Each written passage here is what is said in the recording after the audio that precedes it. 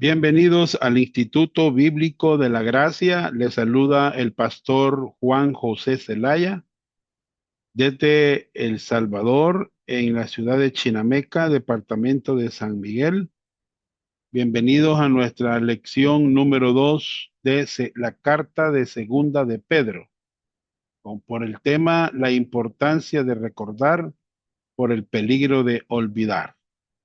En esta hora les doy una cordial bienvenida a nuestros estudiantes y a aquellos a quienes nos van a escuchar después de que se grabe este video. Vamos a orar al Señor, que Él nos ilumine, que Él nos ayude, que Él nos enseñe. Padre Celestial, esta tarde te damos gracias por la hermosa oportunidad que me concede de ya estar aquí reunido con mis hermanos en la fe para aprender de su santa palabra. Gracias por este tiempo. Gracias por la oportunidad que nos concede de reunirnos y poder en esta tarde meternos a estudiar tu palabra. Te pido que nos ilumines, que nos des el entendimiento, que nos des las fuerzas mentales para poder, Señor, comprender todas estas verdades que hoy, esta tarde, vamos a tocar. Gracias por cada uno de los estudiantes del Instituto de la Gracia que en esta tarde hacen un esfuerzo para poder estar aquí y aprender de su palabra. Gracias en Cristo Jesús. Amén. Muy bien. Qué bueno, hermanos. Hemos estado viendo, letra A, el énfasis del ministerio de Pedro. Y dijimos, hermanos, que el énfasis es que él quería que los creyentes a quien él les escribe pudieran recordar, ¿verdad? Recordar. Muy bien, ese es el énfasis. Letra B, la exhortación de recordar la verdad de Dios.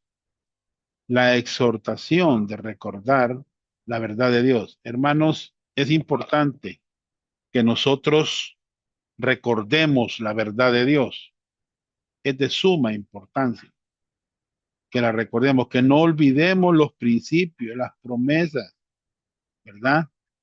Que están en la palabra de Dios. Y hoy, esta tarde, vamos a la letra C, la explicación de varias verdades de las escrituras para recordar. Vamos a explicar varias verdades de las escrituras para recordar. Bien, número 1, vamos a ver la primera. Dios quiere que recuerdes al Salvador en el que has confiado. Dios, Dios quiere que confíes en el Salvador en el que has confiado.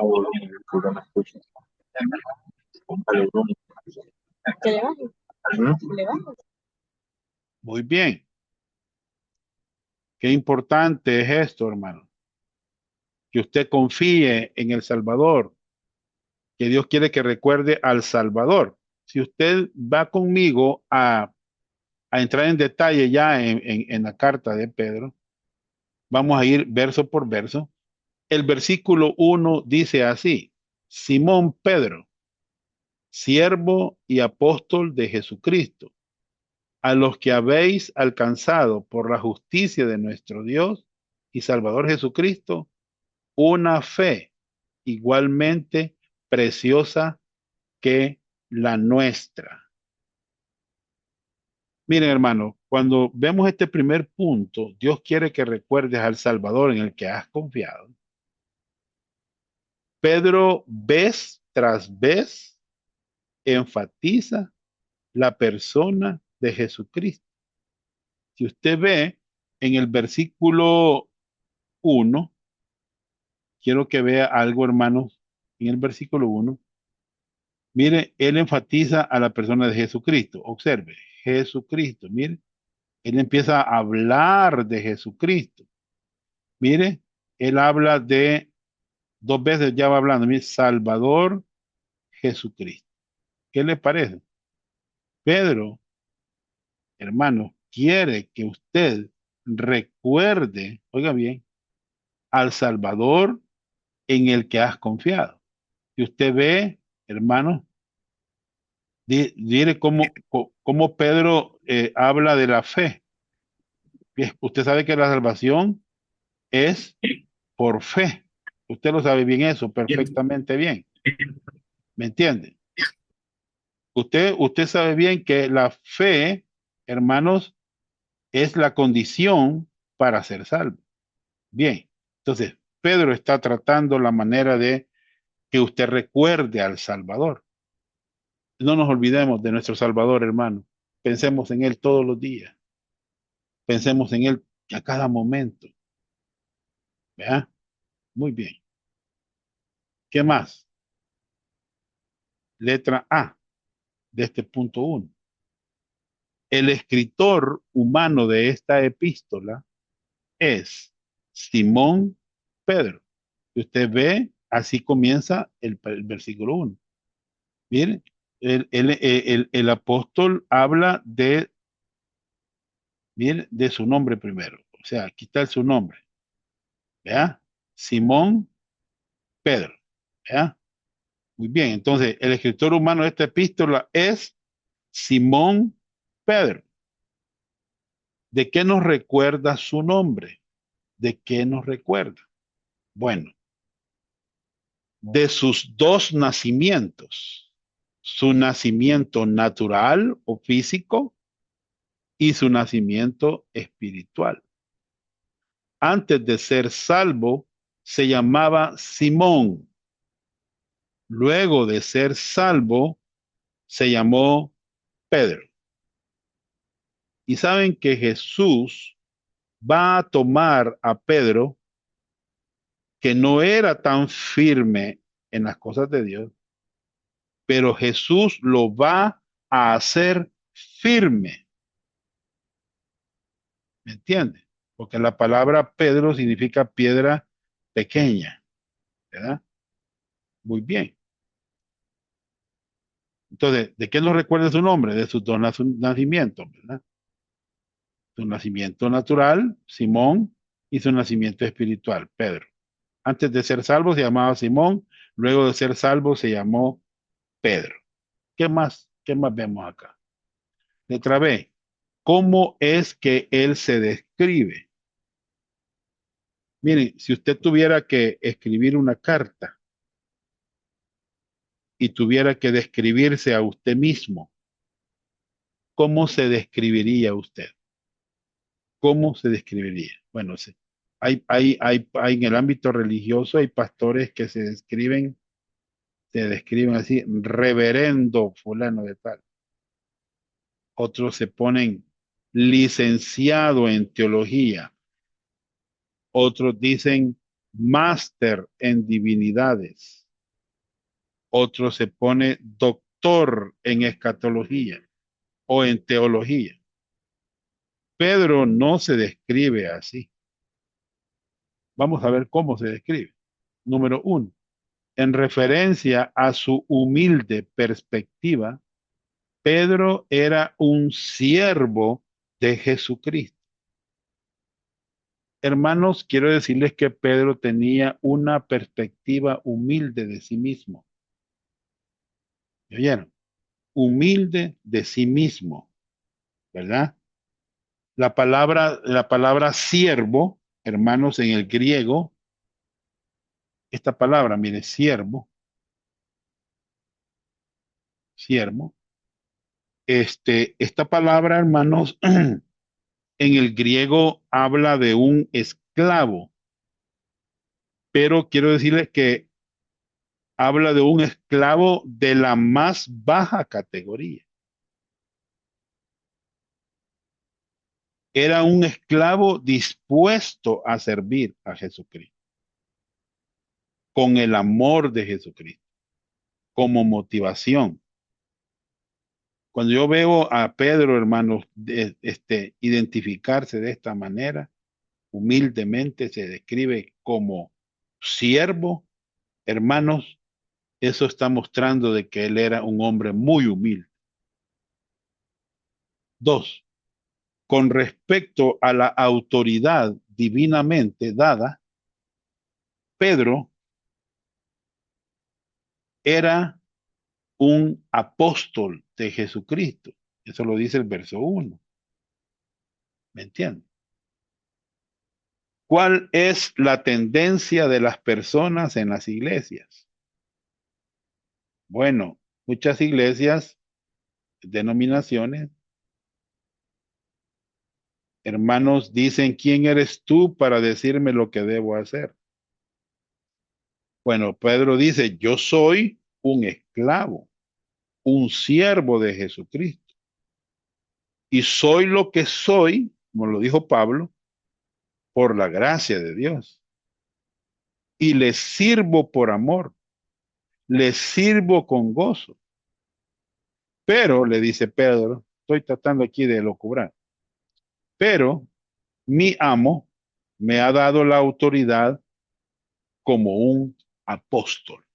Imagínense, hermano, lo que dice Pedro. Me ha dado la autoridad como un apóstol. Bien, letra C. Ya voy a explicar qué es un apóstol. ¿Por qué se destaca el apostolado de Pedro en el primer versículo de esta epístola? Hermanos, ¿por qué se destaca el apostolado de Pedro en el primer versículo de esta epístola? Aquí está la respuesta, anótela. Para resaltar su autoridad apostólica, primero. Mire, resaltar su autoridad apostólica. Tanto para, mire, enseñar, aplicar la verdad de la palabra de Dios con autoridad, también para, aquí está, esta es clase de propósito, exponer a los falsos maestros que se infiltraban en las iglesias, las cuales Pedro está dirigiendo. Miren, hermano, por eso se destaca el apostolado de Pedro en el primer versículo de esta epístola. Él quiere resaltar su autoridad apostólica también para enseñar y aplicar la verdad de la palabra de Dios con autoridad, pero para exponer a los falsos maestros que se infiltraban en las iglesias a las cuales Pedro está dirigiendo. Abundan los falsos maestros. Quiero decirles a ustedes, vamos a hablar mucho de eso. ¿Qué tipo de errores y aberraciones caracterizan la enseñanza falsa? Miren, hermano, una de las cosas que necesitamos recordar es que la mayoría de Segunda de Pedro está dedicada al problema de los falsos maestros y de la falsa enseñanza. Y es interesante, hermano, considerar las verdades que Pedro enfatiza. Y hay que explicarlas porque estas son las verdades que los falsos maestros quieren pervertir. Entonces, la pregunta es, ¿qué tipo de errores y aberraciones caracterizan la falsa enseñanza? Vale, vamos a ver. El primero, letra A, un punto de vista falso de la persona de Jesucristo. ¿Escucharon lo que acabo de decir? O sea, que los falsos maestros, todo falso maestro, hermanos, niega la deidad de Jesucristo. ¿Verdad? Por ejemplo, los testigos de Jehová dicen que Jesucristo no es Dios. Los mormones dicen que Jesucristo no es divino, no es Dios. ¿Me entiende? Y utilizan varios pasajes. Si usted no anda listo, se lo convencen. Si usted no estudia la Biblia, se lo convencen. Bien. ¿Alguien me quisiera decir qué pasaje utilizan los, estos falsos maestros, los testigos de Jehová, para decir que Jesucristo no es Dios? ¿Alguien sabe, por favor?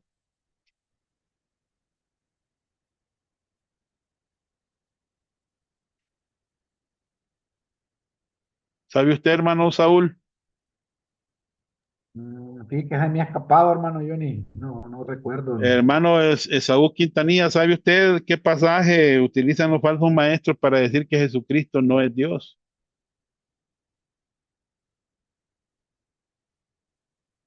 Tal vez puede contestar en el chat, ¿verdad? ¿Alguien sabe? ¿Alguien sabe? Vamos a ver, vamos a ver, hermano. Vale, les voy a decir cuál pasaje. Colosenses 1:15. ¿Lo puede leer, hermano Saúl? Sí, hermano Johnny. Colosense me dijo, 1:15. ahorita lo busco, hermano.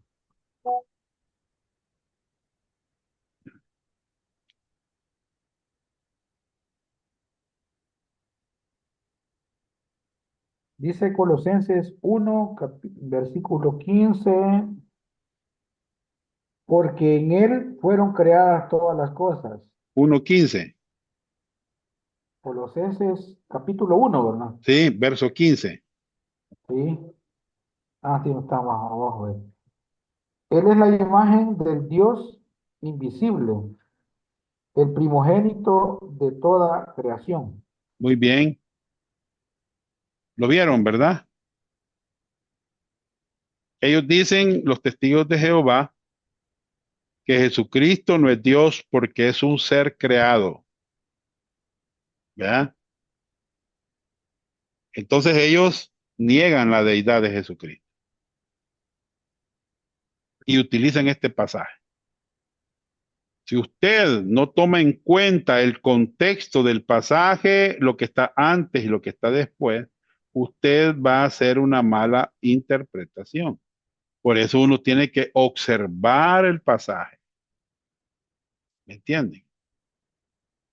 Por ejemplo, dice, Él es la imagen del Dios invisible, el primogénito de toda creación. Vaya, para empezar, voy a hacer bien puntual. La palabra primogénito no siempre quiere decir el primero nacido o creado. No siempre quiere decir eso, hermanos.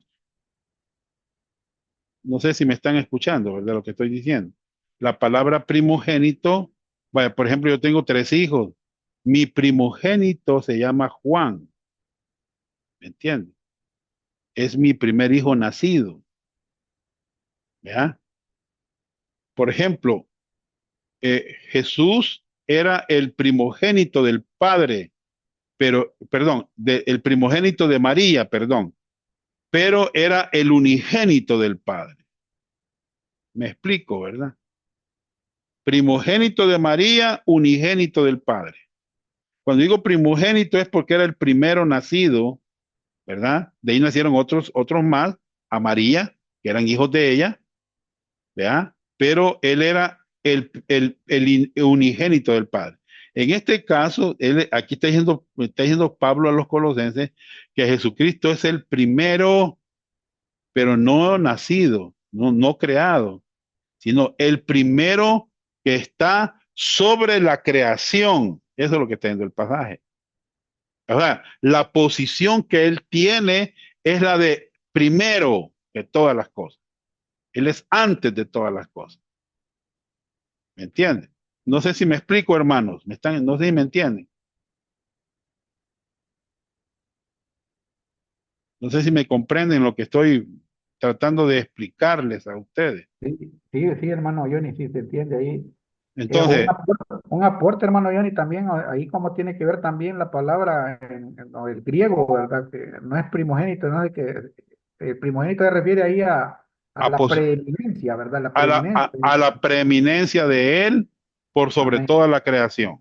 ¿Ya? Correcto, sí, amén. Sí. Así es. Vaya. O sea, la posición que él ocupa en la creación. ¿Ya? Vaya, voy a ponerles el ejemplo de una palabra que habla de posición. La palabra primogénito en posición. Voy a ponerles una. Vamos a irnos a Crónicas. Primera Crónicas, capítulo 5. Siempre he utilizado este pasaje para demostrar que no siempre la palabra primogénito se refiere al primero nacido. Vaya, quiero que lo vean, por favor. Hermano Saúl me lo va a leer. Primera Crónicas 5:1. Sí, hermano. Ahorita lo busco.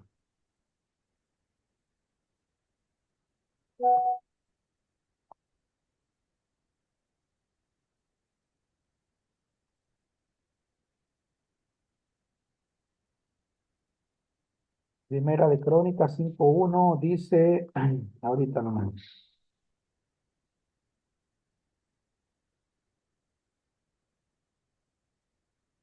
Primera de Crónicas dice 5:1. Ajá, Los hijos de Rubén, primogénito de Israel, porque él era el primogénito.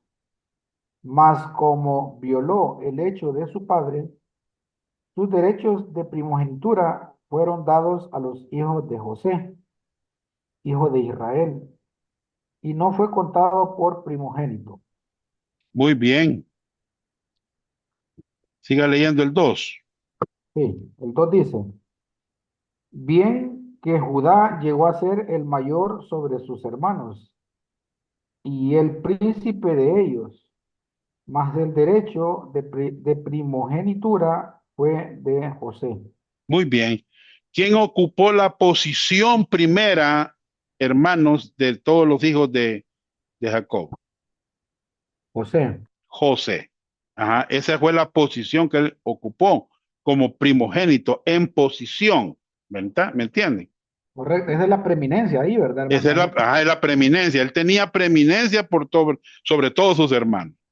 ¿Ya? Sí, Entonces, aunque Rubén era el primogénito, nacido el primero, pero como violó el hecho de su padre, o sea que lo vio desnudo al papá y se rió del papá, se le fueron quitados los derechos de primogenitura y eso pasaron a José, el que ocupó la posición de primogénito, en preeminencia, ¿verdad?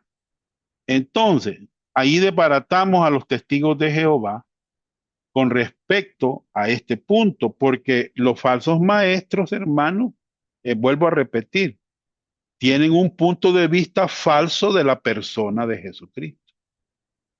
¿Me entienden? Entonces, hay muchos falsos maestros, hermanos, que Jesucristo es divino, que es Dios. Bien, ¿qué más? Vamos a ver otro punto más. B, un punto de vista falso de la salvación solo por la gracia, mediante la fe sola. A uno le da tristeza al ver personas que están engañadas, hermanos, creyendo que la salvación es por obras. ¿Me entienden? Por ejemplo, hay mucha gente que niega, hermanos, la salvación solo por gracia, mediante la fe sola, en Cristo solo. La gente niega, hermanos, eso. ¿Me entienden? Y es tremendo eso, hermano.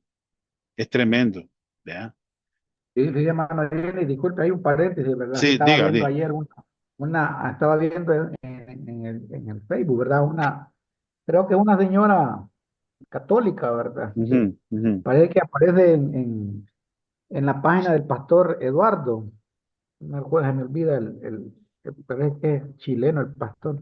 Ya, Pero lo que le quiero decir es que ella quiere hacer el énfasis y como dice usted, si uno no está instruido en la escritura, se lo pueden llevar con vuelta a uno. Y ella sí, dice, no, es que la salvación no solo es por creer, dice, y comienza, ¿verdad? sí, sí, sí. A dar sus argumentos, ¿verdad? Es Entonces, terrible, pero, terrible. ajá, nosotros hemos sido enseñados, ¿verdad? y no fácilmente no, pero si hay hermanitos como yo ustedes, si no están bien Sí, instruidos, ¿verdad? Los pueden hacer temblar, ta- pues ta- también, ¿verdad? sí, tambalear en Y sus citan ellos creencias. y citan ellos también los demonios creen y tiemblan, o sea, todo fuera Sí, de contexto, ¿verdad? sí, es que no Correcto. es que el problema es que ellos no explican qué creen los demonios. Y el mismo Santiago Así capítulo es. 2, el mismo Santiago capítulo 2 dice qué es lo que ellos creen. Dice, Amén, así es. porque dice, creen que Dios es uno. Eso creen ellos, los Sí, demonios. sí, Ahí dice, léanlo y van a ver capítulo 2. Dios es uno y tiemblan, dicen, dice sí, Santiago. sí, Ahora, sí. el creer que Dios es uno no salva, hermano. O sea, eso Amén, amén. no salva. Eso no salva a Sí, nadie. ¿Vea? Pues no, aquí estamos hablando de creer en una persona específica que hizo una obra específica, que pagó amén. una deuda, hermanos, la canceló, hermanos, óigame bien, y que murió crucificado, derramando su sangre y fue sepultado y resucitó al tercer día. Nosotros hemos Amén. puesto nuestra confianza en esa obra que Cristo hizo en la cruz, hermano, pero la gente tiene un punto de vista falso de la salvación por la gracia mediante la fe sola. Sí, amén. es Sí, terrible, hermanos, la situación de muchas personas que están confiando en sus obras para ser salvos. Bien, veamos el tercer tipo de errores y aberraciones que caracterizan la falsa enseñanza. Letra C, un fracaso para entender la verdad de la gracia de Dios. Miren, hermano, mucha gente niega la gracia, desprecian la gracia. ¿Me entienden? Es terrible, hermano, cómo los falsos maestros niegan que la salvación es por gracia. ¿Me entiende? Hermanos, nosotros no merecemos nada, nada, ¿verdad? Y Pedro habla mucho de la gracia. Y usted lee el verso 2, comienza Pedro diciendo en el versículo, gracia, así empieza Pedro, gracia y paz os sean multiplicadas. Imagínense, hermano. Y Pedro termina su carta con la gracia en el 3:18.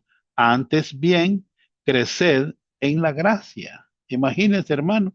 Y la gente rechazando ese tema, rechazando esa doctrina bíblica que nosotros hemos visto, la importancia de tener un entendimiento claro de la gracia de Dios. La gracia de Dios no fue diseñada para el libertinaje o para pecar, hermano. A mí la gracia no me enseñó eso. La gracia verdadera en la que estoy firme, ¿me entiendes? No, hermanos, la gracia me enseñó a renunciar, dice Tito, capítulo 2, versos 11 y 12 y 13, a renunciar a la impiedad y a los deseos mundanos y vivamos en este siglo sobria, justa y piadosamente. Hermanos, la gracia me ha enseñado a mí a vivir una vida piadosa, ¿me entiendes? Pero la gente tiene, hermanos, este tipo de creencias que caracterizan, vuelvo a repetir, la falsa enseñanza. Número D, un fracaso para distinguir justificación ante Dios y santificación progresiva. Ellos no entienden, hermanos, la diferencia entre la justificación y la santificación. Usted sabe que la justificación es en un punto del tiempo en el pasado, ¿verdad? Pero la santificación no es en un punto del tiempo. La santificación es progresiva, hermano. Es una santificación práctica y progresiva. ¿Me entiende? Eso no lo entienden muchas personas. Por eso fallan en su interpretación de la Biblia. ¿Qué más podemos ver? ¿Qué otro tipo de aberración?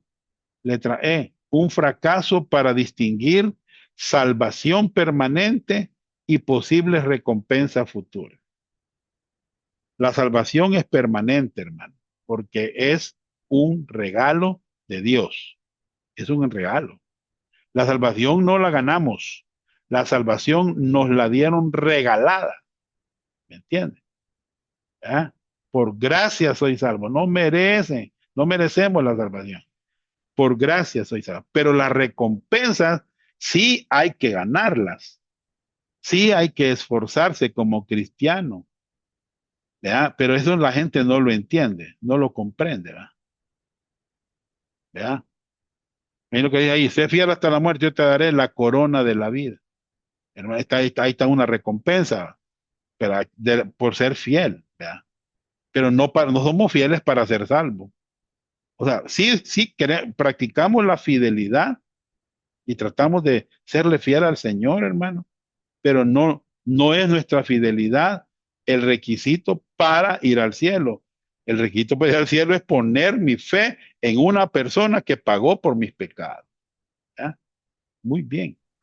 Eso lo vamos a ver detenidamente. F. Un debilitamiento de la autoridad o suficiencia de las escrituras por medio de revelación bíblica adicional y filosofía. Hermanos, qué terrible, hermanos. Ahora la mayor parte de religiones no reconocen la suficiencia de las escrituras, la autoridad de las escrituras, y mejor le dan autoridad a una experiencia propia que han tenido en sus vidas. Y eso lo vamos a ver más adelante, pero Pedro tuvo una experiencia, pero él no le dio la autoridad final a esa experiencia. Él dijo, la palabra profética es más segura, ¿me entiende? Hay gente que cree que, hermanos, eh, oí un pastor decir que sería bueno estudiar filosofía para ayudar a las personas o psicología. Hermanos, yo creo que la Biblia es suficiente. La palabra de Dios es suficiente para poder transformar. Recuerden lo que dice Hebreos 4. Dice que la palabra de Dios es viva y eficaz y más cortante que toda espada de dos filos que penetra hasta partir el alma, el espíritu, las coyunturas y los tuétanos y discierne los pensamientos y las intenciones del corazón. Entonces, hermano, si las escrituras son suficientes, ¿por qué la mayor parte de personas, hermanos, debilitan la autoridad de las escrituras, de la suficiencia de las escrituras, y mejor le dan más autoridad a los sueños, a las visiones, hermanos, y esas cosas pasan porque quizás muchas pupusas comieron esa noche, hombre? ¿Vea? Entonces, no, hermanos, es la Biblia la autoridad final. Letra G, una declaración falsa de la autoridad ungida y la negación de la obra terminada de Cristo. Mire qué interesante esto, hermano. Lo vamos a ver en detalle. Ahí está el pasaje. Segunda Pedro 2, 1 al 3. Mire, hermano, un debilitamiento de la autoridad y suficiencia perdón, una declaración falsa de la autoridad ungida y la negación de la obra terminada de Cristo. O sea, como quien dice, la obra de Cristo no fue suficiente. ¿Me entiende? No, hermano. Consumado es. Tetelestai. Deuda cancelada. Punto. No puedes Hermano, agregar. Dígame. disculpe ahí, hermano, hay en el otro No, paréntesis no, ahí. no hay problema. Sí, a la vez pasada escuchando también, o sea, lo que dice en uno de los escritos de esta señora, de Elena White. Sí, sí. Mire qué movimiento, hermano, en uno de los libros tiene ella que dice que Jesucristo no murió por todos los pecados, o sea, no murió, o sea, no perdonó todos los pecados, dice en la cruz del Calvario Jesucristo, sino que la otra tenemos que trabajar nosotros, dice ella en uno de los. Es terrible, Imagine qué ¿verdad? herejía más horrible, Y terrible, Elena. fíjense que los adventistas le dan autoridad a los escritos de Elena de White. Correcto, es una palabra que ellos, en Sí, sus predicaciones que dicen que sí. hacen, y Citan, meten esas falsas enseñanzas y es sí, una, qué atrevido, digo yo, ¿verdad? sí, citan Decir a que él. Jesucristo, una parte que perdonó, dice Elena de Guay, y las Qué, otras tenemos que trabajar para qué que no terrible, sean hermano. ¿Se dan perdonadas. cuenta Sí, ustedes, los falsos maestros, lo que hacen? Por ejemplo, hay un pasaje que dice, Mateo 24:13. ¿Alguien se lo sabe ese pasaje? ¿Alguien se sabe ese pasaje? Mateo 24:13. El que persevera hasta el fin, ese será salvo. Sí, correcto. Ese pasaje, hermano, está diciendo la gente, aún los predicadores, evangelistas, están diciendo que la perseverancia, aparte de Jesucristo, también la perseverancia es un medio para ser salvo. Imagínense, hermano, Tremendo, ¿verdad? lo que están haciendo las personas ahora. Y la gente dice, amén, y gritan, gloria a Dios, ¿verdad? No, hermanos, ese versículo está hablando de salvación física. Ese versículo está en el contexto de la gran tribulación. Los que llegan al final de la tribulación van a entrar al milenio, vivos, salvos, hermanos, ¿verdad? La gente no tiene un entendimiento correcto de las escrituras, hermano, porque no ha sido equipada, no ha sido enseñada, ¿verdad? Bien, ¿qué más? Vamos a ver otra aberración, otro tipo de errores y aberraciones que caracterizan la falsa enseñanza. Un rechazo de la exactitud histórica de la Biblia. No, la Biblia es un libro cualquiera, ¿verdad? No, la Biblia, miren, hermano, todos estos hombres que vivieron en el primer siglo no rechazaban la actitud histórica de la Biblia. Por ejemplo, si ustedes van a ver ahí en 2 Pedro 2, 4 al 8, van a ver ustedes que Pedro está citando tres juicios que Dios hizo. Uno a los ángeles que pecaron, dos a los antidiluvianos, ¿verdad? Con el dicho, con eso que sucedió de que cayó mucha agua y mató a toda la gente. Y tres, Sodoma y Gomorra. Miren, Pedro no rechazaba la exactitud histórica de la Biblia. Pedro hablaba, hermano, las cosas que sucedieron en el pasado. Y Pedro creía que son inspiradas por Dios, hermano. Nosotros también, ¿verdad? Nosotros sí creemos en la Biblia. Creemos que es la palabra de Dios, que todos esos hechos que están ahí fueron ciertos, hermano. ¿Ya? Entonces, pero ese es un tipo de error y aberración que caracteriza la falsa enseñanza, ¿ya? Un rechazo de la exactitud histórica de la Biblia, ¿ya? Muy bien. Y por último, un rechazo del castigo eterno para los no redimidos en el futuro. Ay, hermanos, hay un juicio venidero, hay un juicio venidero, ¿verdad? Aun cuando el rey Agripa escuchó a Pablo hablar y se afligió, hermano, cuando Pablo le habló del juicio, ¿ya? No, no, no, después te voy a oír, ¿verdad? Ahí, ¿verdad? Por pocos me persuade, ¿verdad? No quiso, hermano. Pero hay un juicio venidero para todas aquellas personas, hermano, que, hermanos, nunca quisieron creer en Cristo. Entonces Pedro va a hablar de falsos maestros que no son salvos. Pedro dice que él era un apóstol. Yo no sé si usted entiende lo que significa esta palabra, apóstol.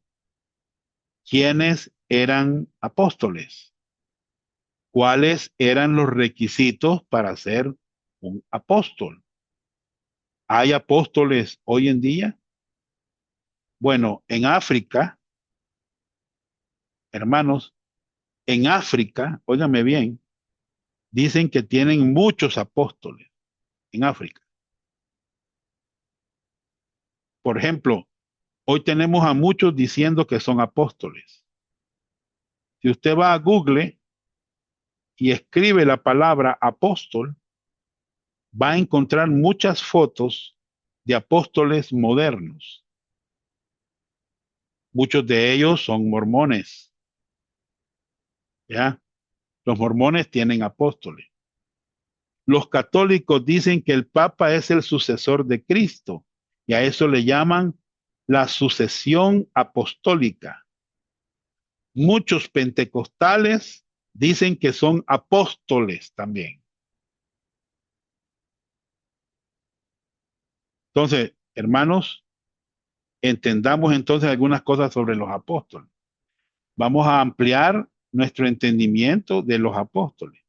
Vamos a ampliarlo, hermano. Yo sé que ya hemos hablado, pero Pedro dice que él es siervo de Jesucristo y él fue llamado a ser apóstol. Vale, entonces vamos a ampliar nuestro entendimiento. Número uno, la palabra en español apóstol se deriva de la palabra griega apóstolos, lo cual significa un representante enviado con una misión, usualmente con un mensaje. Eso es lo que significa la palabra apóstol o apóstolos en el griego. ¿Ya? Un representante enviado con una misión, usualmente con un mensaje. Bien, veámoslo. Ahí está en los espacios representante, misión, mensaje. Veamos. En el Nuevo Testamento, apóstolos fue usada. Fue usada esa palabra en el Nuevo Testamento. Veámoslo. Fue usada, perdón, fue usada generalmente. La palabra apóstol. Perdón. Fue usada generalmente. Cualquier persona enviada con una misión o mensaje.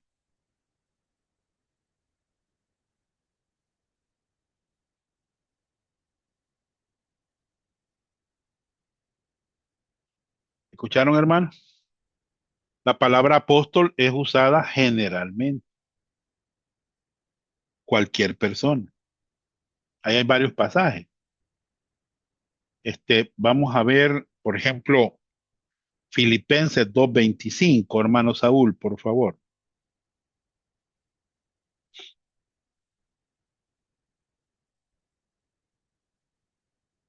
Filipenses 2:25. No lo vamos a leer todos, pero vamos a leer un pasaje. ¿Puede hermano Saúl leerme Filipenses 2:25? Y si no está, pues la hermana Sonia.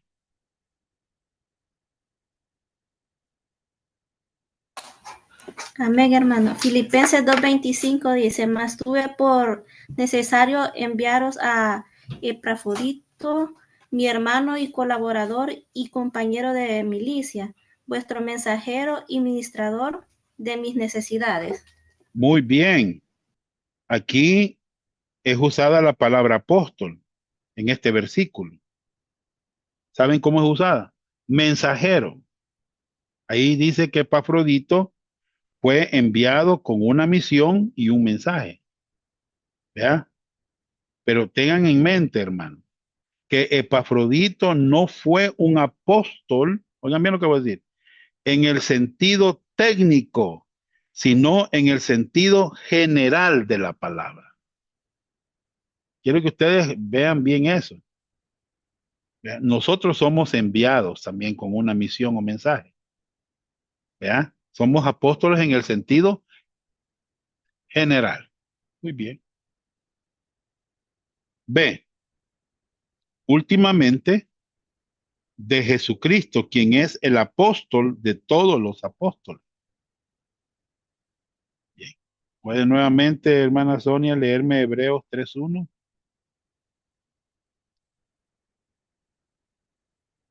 Vean que Jesucristo no es llamado aquí un apóstol, sino el apóstol. Léalo, hermana Sonia.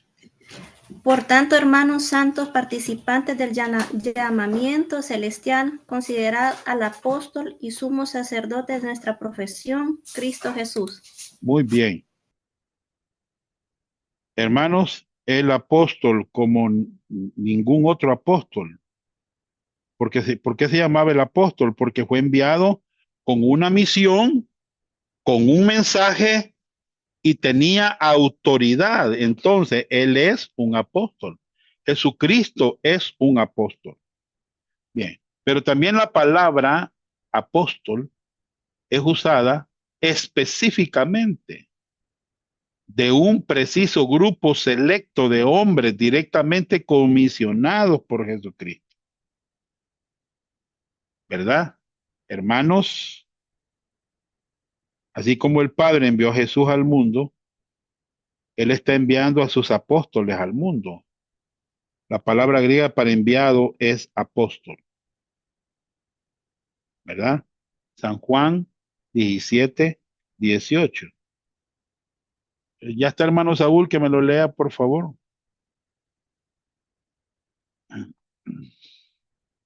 Sí, hermano. Me Va. dijo el San, Evangelio, ¿verdad? San Juan 17, 18. Sí, el Evangelio, ¿verdad? Sí, Sí, ahorita, hermano. Dice el Evangelio de San Juan.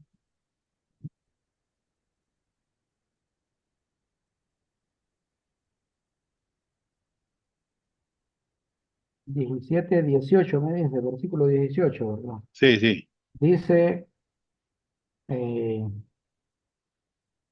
como tú me enviaste al mundo, así yo los he enviado al mundo. Muy bien. Acuérdese, la palabra apóstol significa enviado. ¿Ya? Muy bien.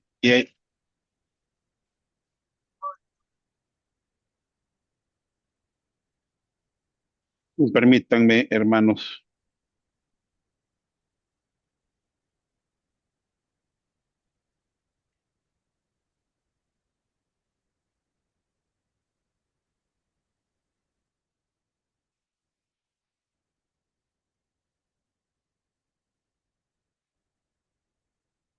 Dígame.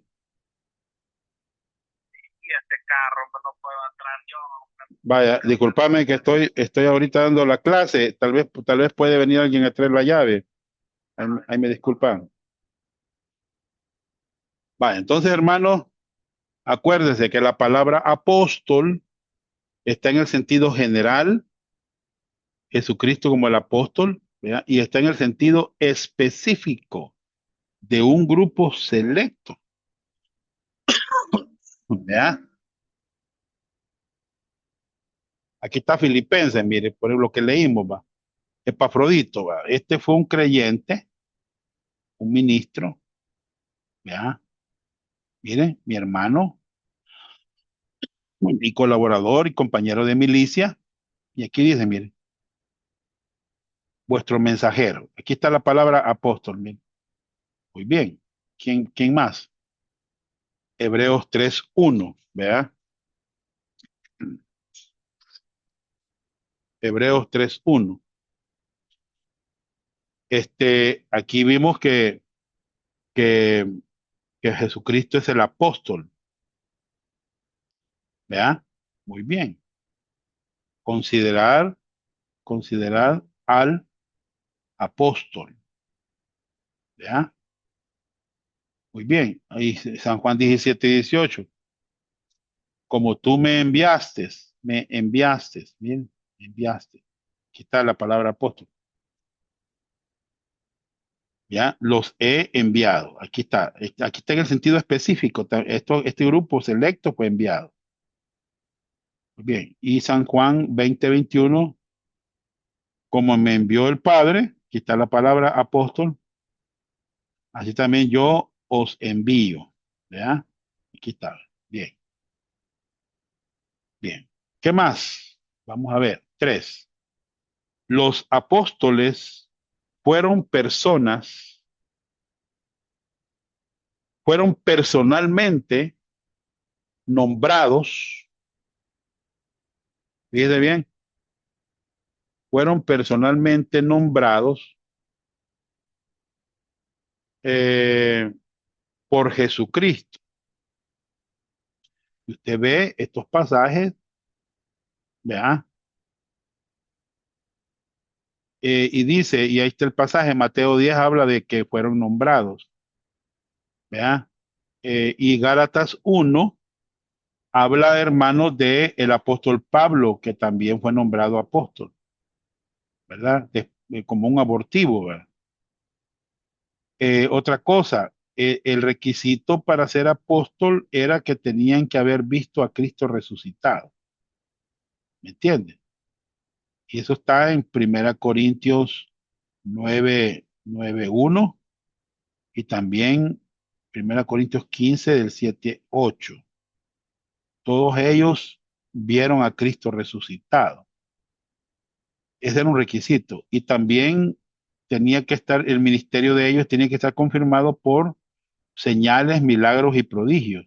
Esto está quiero que me lo lea Sonia, por favor, en 2 Corintios 12:12. Vale, pero voy a decir algo. Léalo, Sonia, por favor.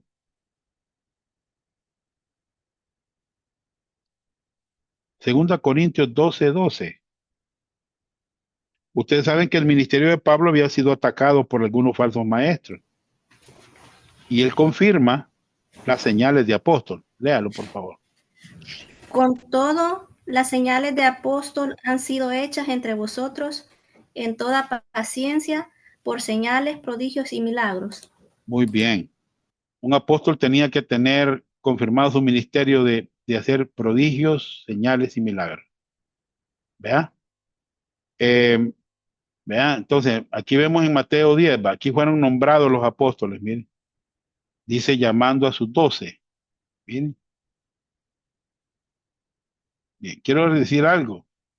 Aquí la Biblia habla solo de 12. 12, hermano. 11 eran apóstoles creyentes, pero uno no era.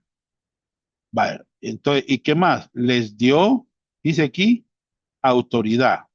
Mire, a estos 12, autoridad. Usted, si usted dice, tú al diablo, no le va a hacer caso al diablo a usted. ¿Vea? Muy bien. Los nombres de los 12, aquí están, 12 otra vez. ¿Vea? Y aquí están los nombres, hermano. Muy bien. Gálatas 1 dice que Pablo, ¿vea? Es apóstol. ¿Ya? Dice, no, no de hombre ni por hombre, sino por Jesucristo y por Dios el Padre, que lo resucitó de los muertos. Bien. En 1 Corintios 9:1, los corintios estaban diciendo que Pablo no era apóstol. Miren, no soy apóstol. Miren lo que dice. No he visto a Jesús el Señor nuestro. O sea, Pablo calificaba para ser apóstol. Dice, mire que aquí a Jacobo, que era el medio hermano, no lo llama apóstol. Después a todos los apóstoles. Miren. Y el último de todos, como un abortivo, me apareció a mí. O sea que él califica para ser apóstol. ¿Me entienden? Hechos 2:22. Varones israelitas, oí estas palabras, Jesús Nazareno, varón aprobado por Dios entre vosotros, viene Jesús, con maravillas, prodigios y señales. Jesús hizo todo esto, ¿no? Que Dios hizo entre vosotros. ¿Vea? Jesús hizo todo eso, hermano.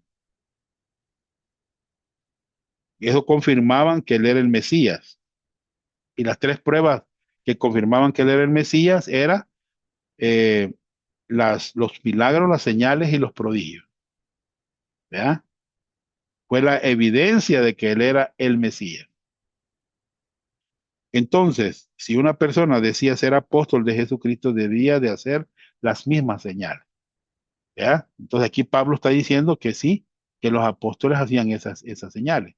Mire, con todas las señales de apóstol. Está bien. Mire, mire, hermano, las señales de apóstol. ¿Cuáles son? Aquí está bien. Señales, prodigios y milagros. Esas confirmaban que ellos eran apóstoles. Bien. 4. Los apóstoles no fueron dados por Cristo a la iglesia hasta la ascensión de Cristo. Me gusta este pasaje, ve. Dice, y él mismo, o sea, Jesucristo, constituyó a unos apóstoles, a otros profetas, a otros evangelistas, a otros pastores y maestros. O sea, el que dio a la iglesia los apóstoles fue Jesucristo. ¿Cuándo lo hizo? Después de que ascendió a los cielos.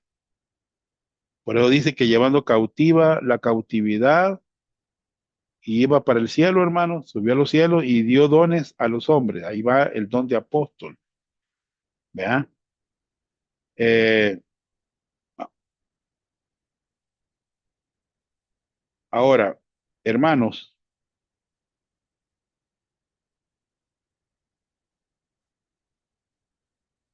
¿habían apóstoles antes de que Jesús ascendiera al cielo? No, hermano. Todos eran creyentes, excepto Judas, te lo vuelvo a repetir.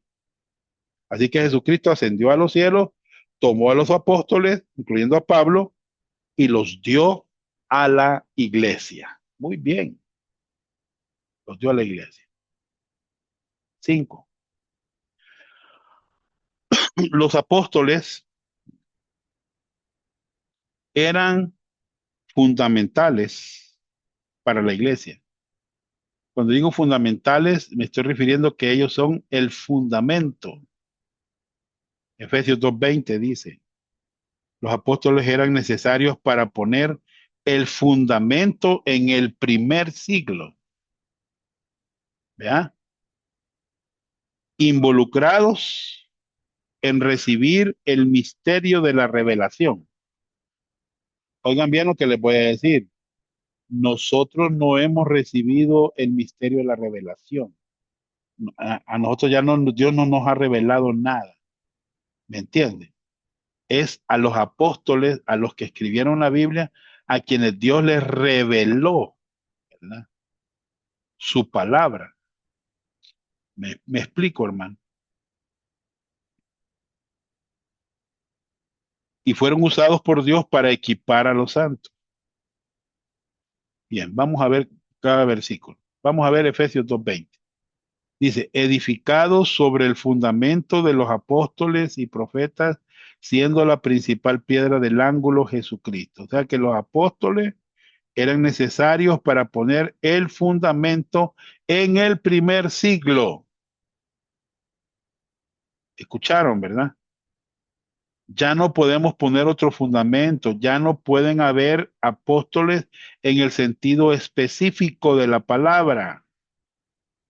¿Me entiende? Vaya, Hermano John, dígame. qué importante esa explicación que da, hermano, porque va ahí donde dice que los apóstoles fueron el fundamento, ¿verdad? Sí, sí, Y sí, dicen que fue a ellos que les dio el misterio de la revelación. correcto. Y hoy se oye o se escucha hoy algunos predicadores que dicen, Dios me reveló tal cosa, Es y falso, comienzan, ¿verdad? Y Dios me falso, habló, dicen, y es falso, falso, ¿verdad? Es es tremendo, falso, ¿verdad? es falso. Sí. Vea, aquí está el ministerio, mire la revelación que les fue dado, mira Pablo. Por ejemplo, por esta causa yo, Pablo, prisionero de Cristo Jesús, por vosotros los gentiles, si es que habéis oído de la administración de la gracia de Dios que me fue dada para con vosotros, que por revelación me fue declarado el misterio como antes lo he escrito brevemente. Entonces, ¿qué es un misterio? ¿Vea? Es algo que estaba escondido en el pasado, pero ahora es revelado. La iglesia en el Antiguo Testamento estaba escondida, ¿no? Eso no les fue revelado a los profetas del Antiguo Testamento.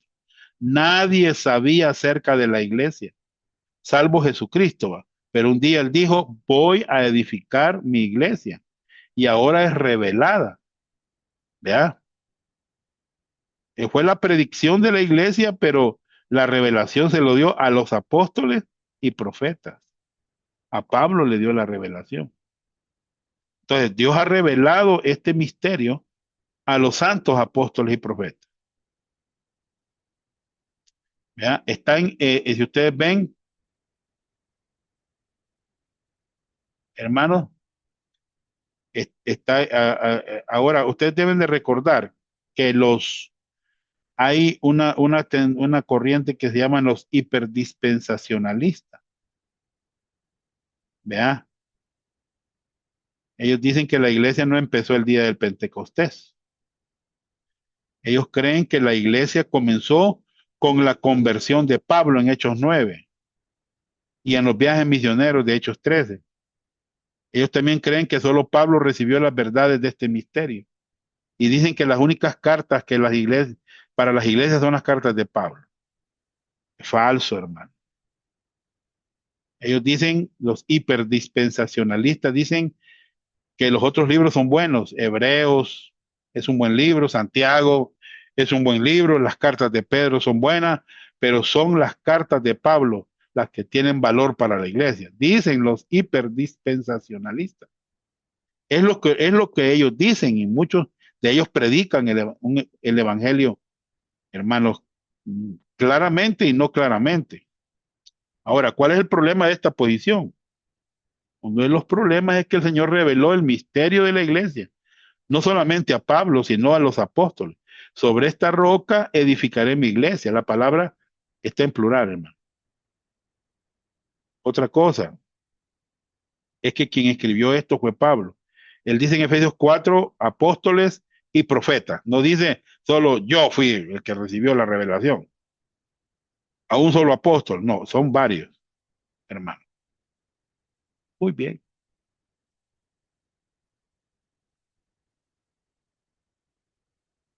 Miren, ahora es revelado a sus, está en plural, miren, a sus santos apóstoles. Miren, plural. ¿Ya? A ellos les fue, miren, revelado.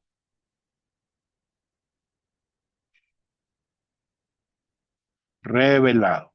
¿Ya? Muy bien. 6. Los apóstoles eran la más alta autoridad humana en la iglesia primitiva bajo el señorío de Jesucristo. Hechos 6. 1 Corintios 12:28.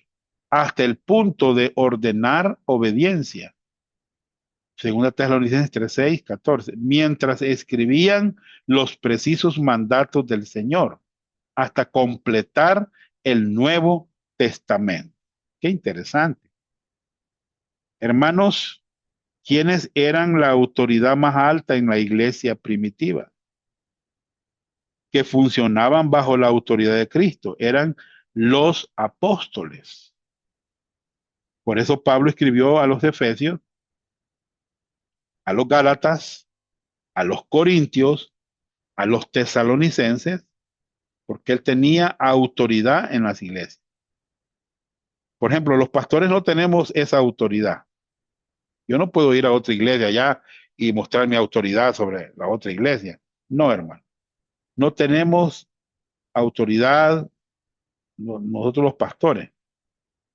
Solo tenemos autoridad en la iglesia local que Dios nos permite pastorear.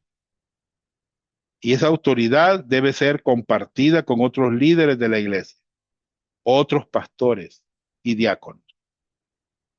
¿Ya? Observen una cosa acá. Ellos ordenaban obediencia, ¿ya? Y escribían los precisos mandatos del Señor, ¿ya? Hasta completar el Nuevo Testamento. Qué interesante,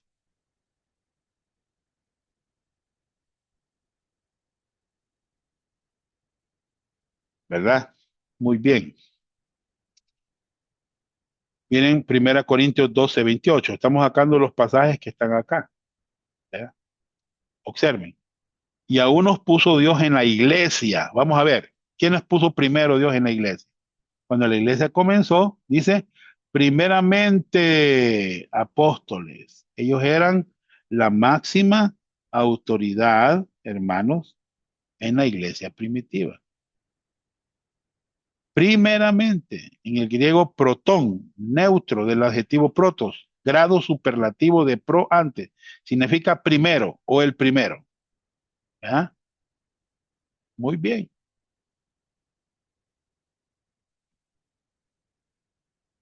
7. Los apóstoles dejaron de existir después de la muerte de Juan, aproximadamente en el año 95 después de Cristo. Por lo tanto, no hay apóstoles hoy en día en el sentido estricto, ya que no son necesarios, ni nadie podría cumplir con los requisitos necesarios. Apocalipsis 21:14. Entonces, hermanos, los apóstoles eran un grupo selecto y para ser un apóstol debían haber sido llamados y nombrados directamente por Jesucristo. Tenían que haber visto a Cristo resucitado, ¿verdad? Y haber dado evidencias con señales, prodigios y milagros. Me da risa el Maldonado, ¿verdad? Cuando vino un huracán que se llamaba Irma, y ahí salió por las redes sociales y decía él: Irma, te ordeno que te desintegres. Pues sí, hermano. Vieran todo lo que hizo Irma, hermano. Por eso, y ahora que vino Milton, el huracán Milton, no se atreve a desintegrarlo porque no tienen la autoridad. O sea, no tienen señales, prodigios y milagros. Hermano, ¿me entiendes?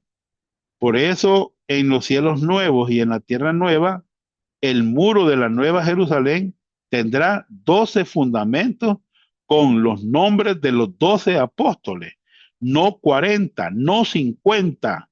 ¿Me entiendes? No, hermano. Mire, y el muro de la ciudad tenía 12 cimientos y sobre ellos los 12 nombres de los, mire, 12 apóstoles. Y aquellos que quieren llamarse apóstoles, no, si solo son 12. ¿Vea? ¿Qué significa esto en la práctica de hoy? Anoten, todas las demandas modernas del apostolado o sucesión apostólica son falsas. Deben de ser rechazadas como falsas, sino satánicas.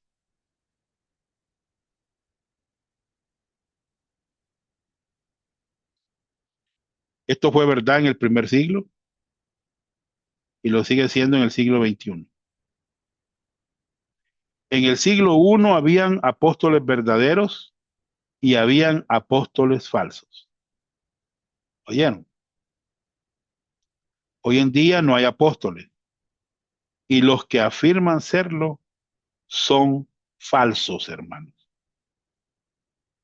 Porque cuando Pablo escribió, dijo: Pablo, apóstol de Jesucristo, y, y el hermano Timoteo. ¿Por qué no dijo Pablo, apóstol de Jesucristo, y Timoteo, otro apóstol de Jesucristo? ¿Por qué es que no lo dijo, hermano? Porque Timoteo no era apóstol. ¿Me entienden? ¿Vea? Timoteo tenía una misión, sí. Tenía un mensaje, sí, pero no era apóstol en el sentido específico.